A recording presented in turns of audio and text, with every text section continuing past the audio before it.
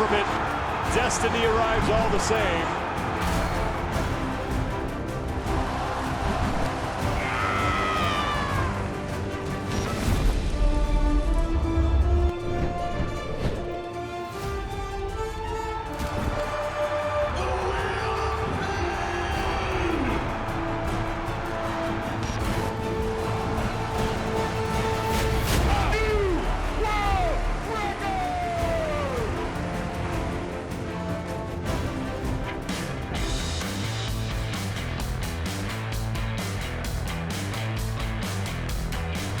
Day number 2 is history here at the 2019 Reebok CrossFit Games.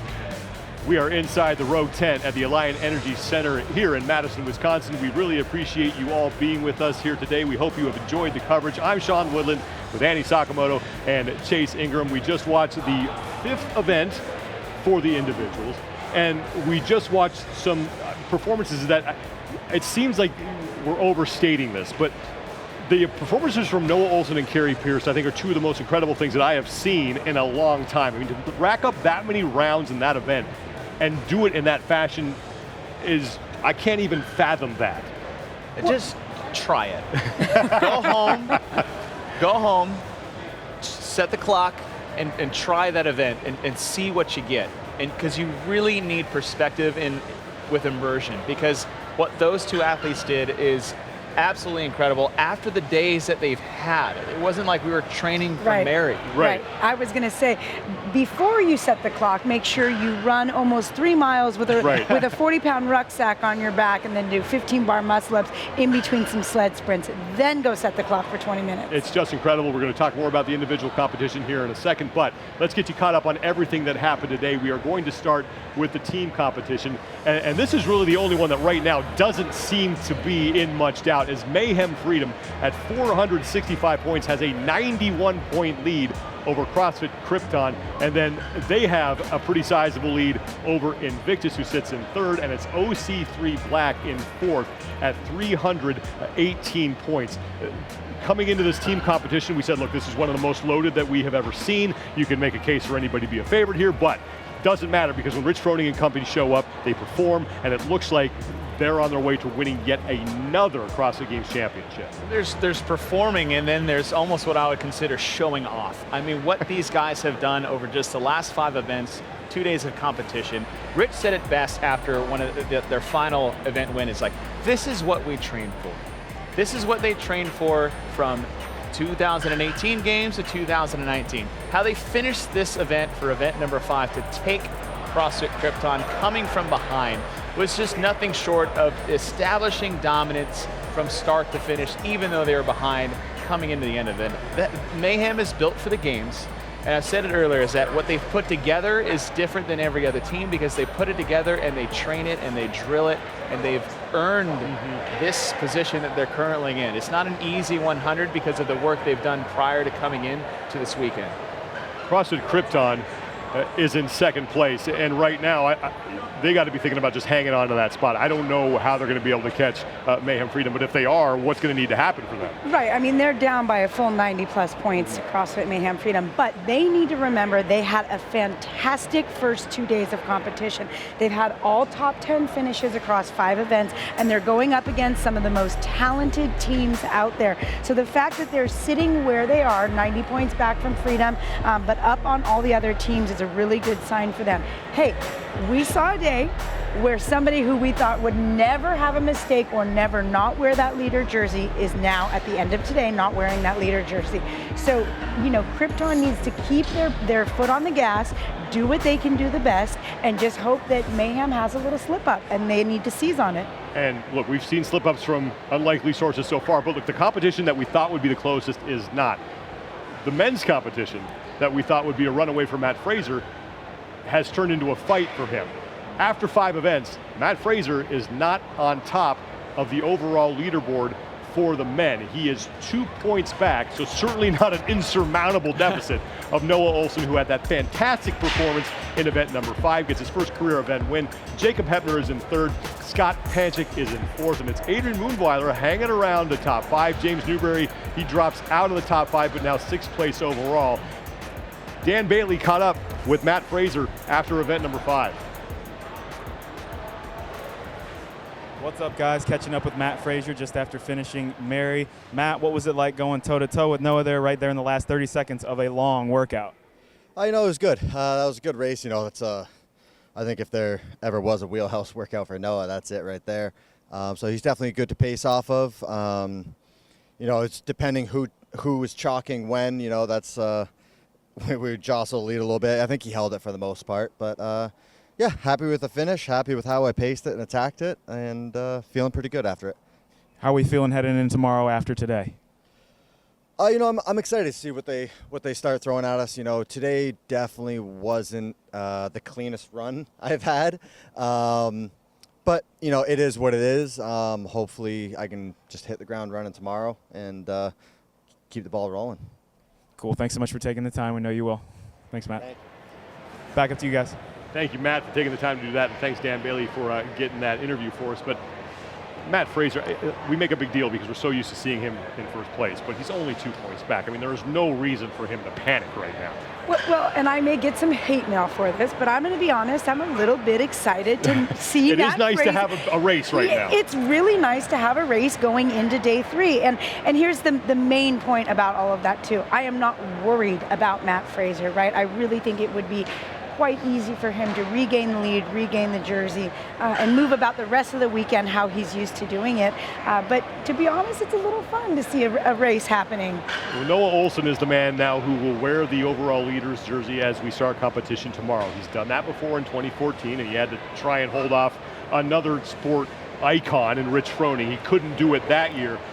What's different, though, about Noah Ohlsen this time around? Experience. Yeah. I mean, Noah said it himself. He kind of feels like a veteran out there. And we're talking all the way back to 2014. I can't believe it's actually been that long since Noah first stepped onto the competition floor and put on the white leader jerseys as a rookie. And yes, he has the fittest man in the world chasing him down, only 2 points behind. And let's keep in mind, he's 2 points behind because of a 30-point loss of a penalty that he received in event number 3 coming in this morning. But Noah Ohlsen, I couldn't be happier for the guy. He gets his first event win. He has the skills, he has the strength, he has the fitness to go toe-to-toe with Mat Fraser, but can he put it all together? Because he's gonna have to be perfect. And that's what you need to be Mat Fraser. He gave everybody a gift, right? They had a mistake, he got docked points for it, and now we're back to square one. We'll see if Noah can hang on to that, dealing, like I said before, how do you deal with the success now that you're in, that you haven't been in there for a while? James Newberry is the guy that we talked about at the beginning of the day. He was in there in the top 3. He was within shouting distance of Mat Fraser at one point, but his last 2 events have not gone well for him. The sprint couplet, he was 25th, and then he tied for 23rd. Still in the top 10. But now we get to see how he reacts to a little bit of adversity, because things were going his way. That has changed over these past 2 events. Right, but I think that what James Newberry needs to think about going into day 3 is that he had top 10 finishes on the first 3 events, and that's very unlike James Newberry, how we see him when he enters the game. So the fact that he was able to garner those top 10 finishes in those first 3 events and still remain in 6th place after the 25th and 23rd place finish on those last 2 events, he's sitting in a great spot. Mentally, I want to see if he can rebound from the last 2 events and have another good day 3. We mentioned that cuts are coming, and they are cutting the field down to 20 athletes right now, and if you're outside the top 20, you're not continuing. And right now, unofficially, it looks like one of the athletes cut on the men's side will be Brent Fikowski, and he spoke with Dan Bailey. What's up, guys? I'm standing here with Brent Fikowski. Just finished Mary a little while ago. Brent, we can obviously tell just by standing next to you, maybe not the easiest event for a guy like yourself, but tell me what your thought process was. 3, 2, 1, go, buzzer goes off. Yeah, I mean, sort of gymnastics test, probably a little better for someone a little shorter, but just tried to stick to my game plan, tried to do everything fast transitions, only broke up the pull-ups in maybe 2 sets, maybe 3, and just try to stay in my lane. I knew guys would start lapping me pretty quick, but I'm happy with my effort, so.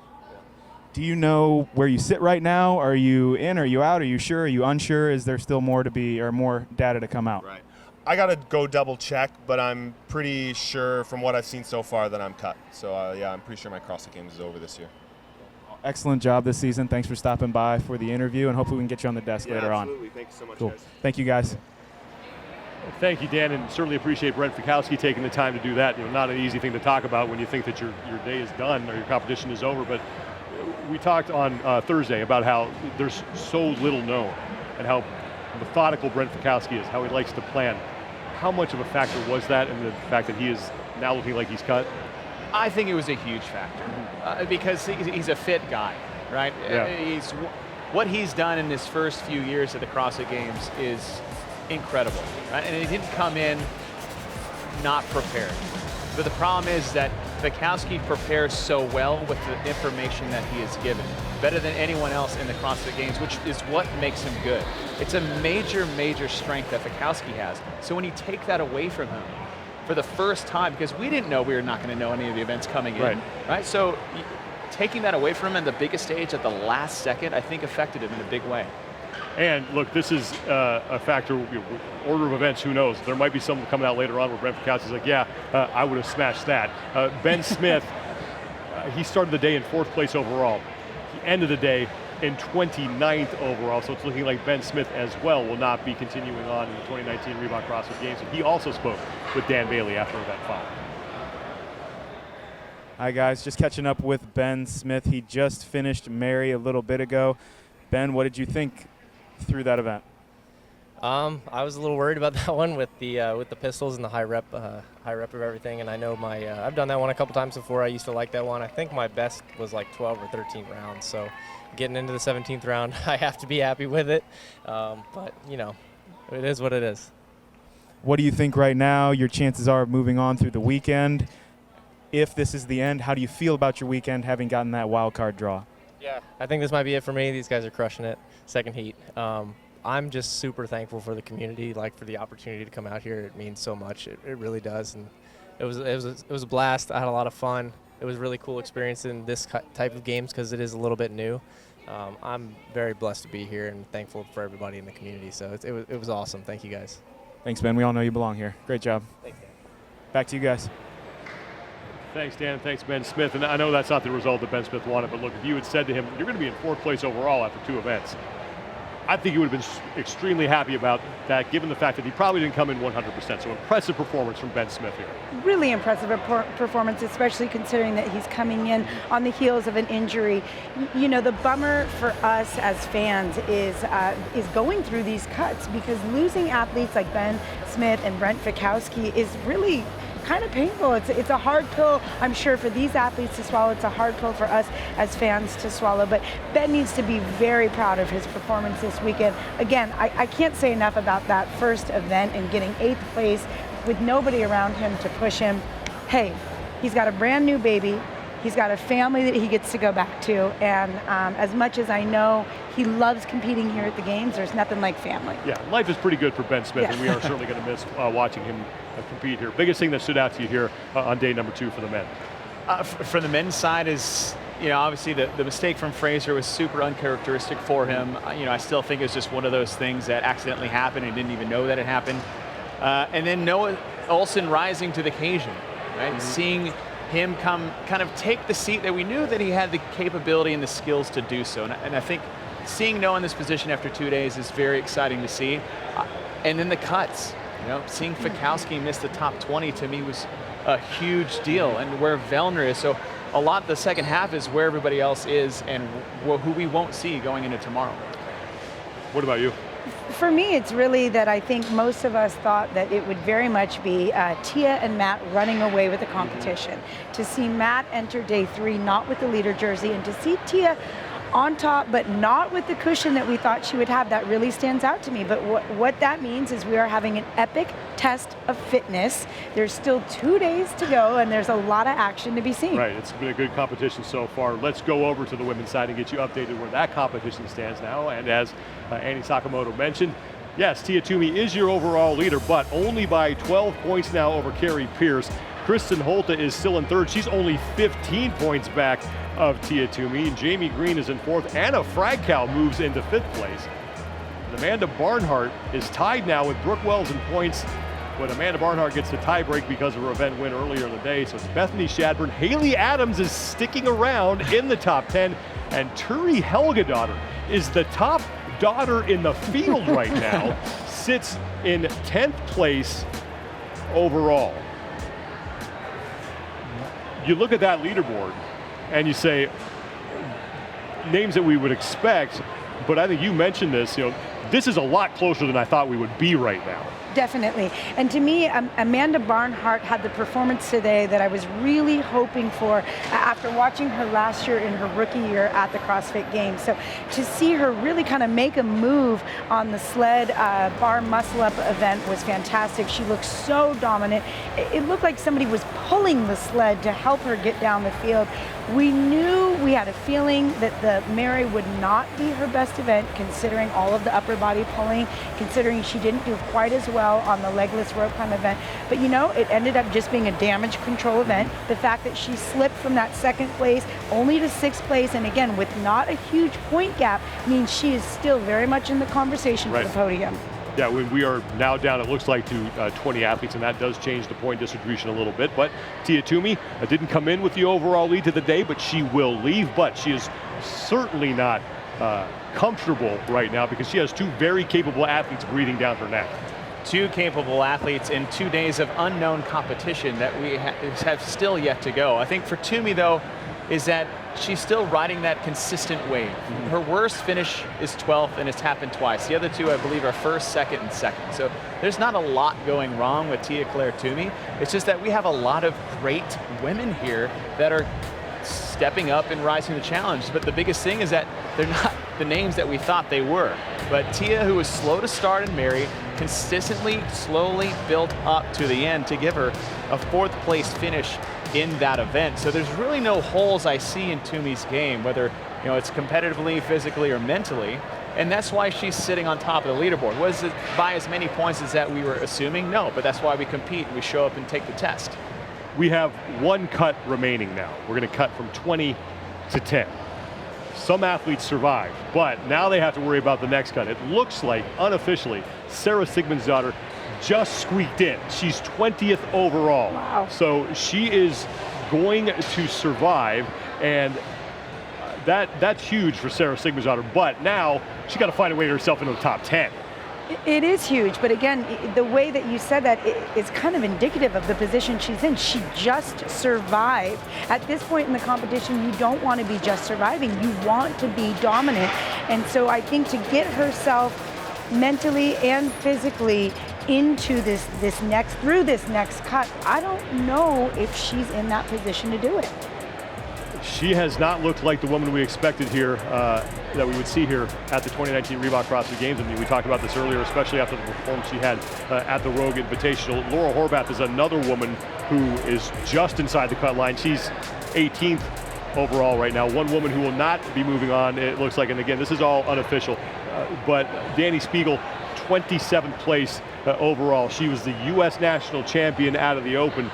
This just goes to show you what the difference is between doing a workout multiple times in your gym at the time of your choosing and then showing up on the biggest stage that we have in this sport and competing. Yes. I mean, you can't, it's the first time we've taken people out of the Open directly to the CrossFit Games without having some type of weeding out test in between. We said that was the first day of competition, to weed out, Thursday was a mini regionals, a 2-event regionals, you said it yourself. But that's the difference, and I think that might be playing into a little bit of what we're seeing this weekend because it's so different, but the qualification to get here was different too. And might be seeing some effect of that on the CrossFit Games weekend. We played What's a Bigger Surprise earlier in the day, which seems like it was a week ago at this point. We're going to do it again here, so I'm going to kind of spring this on you, but I'm going to leave it open-ended. We're going to start with the women's, then we're going to move over to the men. Women's competition, first contestant, Annie Sakamoto from Santa Cruz, California. What is the biggest surprise on day number 2? Sarah Sigmundsdottir. Yeah. For sure. Just, again, the position that she's in. So, yes, she's made the cut, but she does not look like she's in the position she needs to be to make that final cut and stay within the top 10. And as you just mentioned, the way she looked at the Rogue Invitational, I thought she was going to be up there giving Tia a run for her money. So to see the ladies that are up there giving her a run for her money, and to see Sarah down, just barely making the cut, was a huge surprise to me. You went to the bottom half of the leaderboard right now. So let's go to the top half. Let's take a look here. I'm going to let for our next contestant, Chase Ingham from Dallas, Texas. Overall standings are close at the top. So of these top 10 here, biggest surprise on this side of the leaderboard? I don't want to say another daughter, but the fact that the only one inside the top 10 is Annie Thor's daughter, and we're missing 2 more. But when I'm looking at the top 10, I know the top 3 are great, but Anna Frakow. I mean, let's give it to her. Sitting in 5th place, we will say your name so we don't screw it up by the end of the weekend, but 5th place overall. You're talking about we haven't said your name enough. It's like just the consistency to be in the top 5. That's the most surprising thing I see jumping off the leaderboard. All right, well done, and that does it for this edition of The Biggest Surprise. We're kind of running out of time. We've got some things we got to get to, so I'm going to let you off the hook for the men. What are you looking forward to now, though, on day number 3? I'm looking forward to see how Noah Ohlsen handles the pressure of having the leader jersey, the pressure and the honor, I should say, of having that leader jersey on his back tomorrow. For me, it's what are the daughters going to do? I think it's absolutely astounding is that we are saying Sarah Sigmund's daughter, Katrin Davis' daughter, and Annie Thor's daughter, as we hope they make the cut. We hope you make the top 10. Oh, by the way, before this weekend weekend, we picked either one of you guys to win the CrossFit Games. To me, what happens tomorrow, I am on the edge of my seat to see how these athletes respond, because it's different than anything we thought was going to happen coming into this weekend. It's going to be a fun day number 3. I mean, look, we're down to 20 athletes. Now, this is where it's really going to start to get exciting, and every result is going to have massive consequences, and reps or seconds could mean you're going home or you're staying in the competition. Let's look at the men's overall leaderboard one last time. This is where we stand with Noah Ohlsen. He is 2 points up over Mat Fraser, who has now 407 points. Jacob Hepner, he sits in 3rd. Scott Panchik is in 4th place. Adrian Moonweiler, who has been inside the top 10 for a good portion of the competition, he sits in 5th place. James Newberry's in 6th.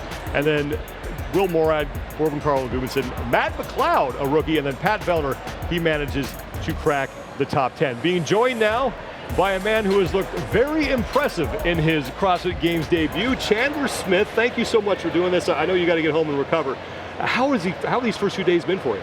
They've been immensely stressful. More than anything, I started off good. It's been a real yo-yo, kind of like roller coaster of a couple days. So the fact that I've had some really good events, some really bad ones, just made me kind of sit on edge. But it's been really fulfilling to have performances, even in the bad events. Like the fact that the performances are largely ones where I feel positive about my efforts afterwards. It's not something I've been able to traditionally say after competition. I know we talked at the Rogue Sanctional, and I mentioned my confidence was a kind of an issue that I thought was holding me back, but I haven't felt like that's been something that's been bothering me this weekend, so that's made everything a win. We're through 2 days. What have you learned about yourself so far?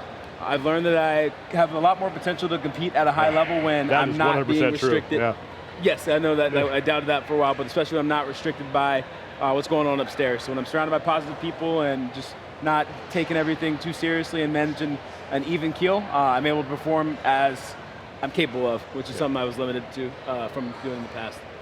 Yeah, it's amazing to see how much your physical potential can be limited by your mental attitude, right? And so I think for me, one of my favorite moments this weekend was the very first event and seeing the confidence in your face as you were tackling both the rope climbs and the snatches. It was just really fun to see, because obviously you are among the big dogs this weekend and you very much deserve to be there.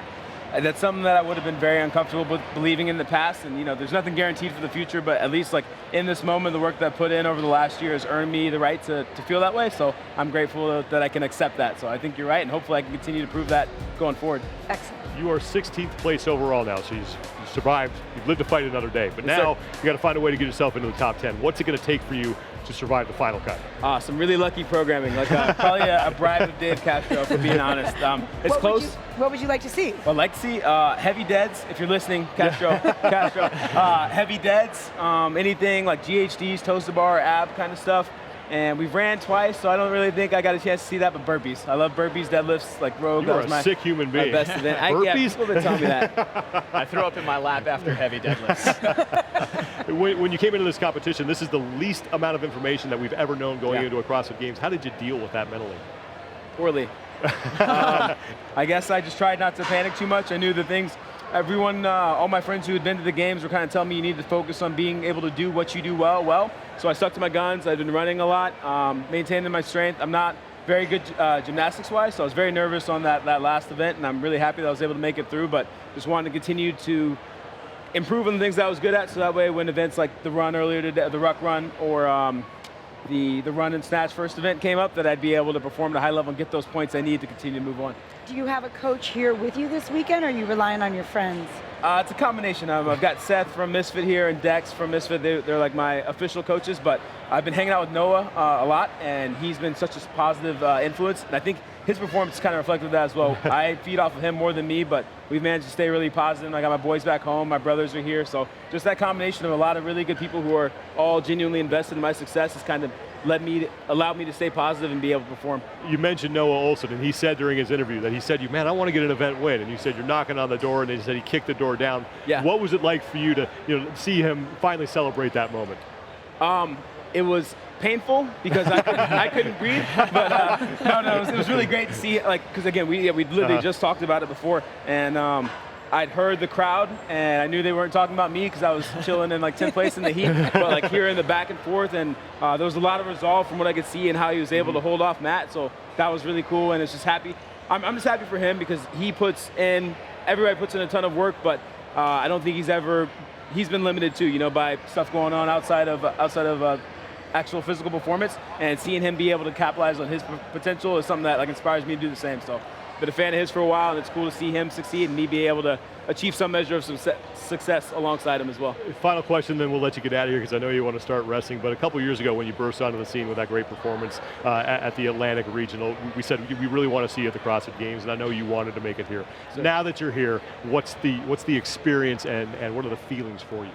I'm super grateful, not to get into telling stories or whatever, but I remember my dad was an NFL player, and there was a lot of times where we'd have the opportunities, NFL player and coach, a lot of times we'd have opportunities to interact with people who were just so excited, genuinely made their day for him to be able to share some of his time and be able to share stories and everything. And the happiness, I really remember the happiness that he was able to give people through that. And it's something I've been able to do as well this weekend. I think people are paying attention. They see that I'm having fun out there and they're having a good time as well. So the time that I get to spend with those folks, maybe might inspire them to pursue fitness at a higher level or tell someone else about CrossFit, or just, there's a multiplicative effect that you have. In the Army, we talk about it a lot, second and third order effects as a leader.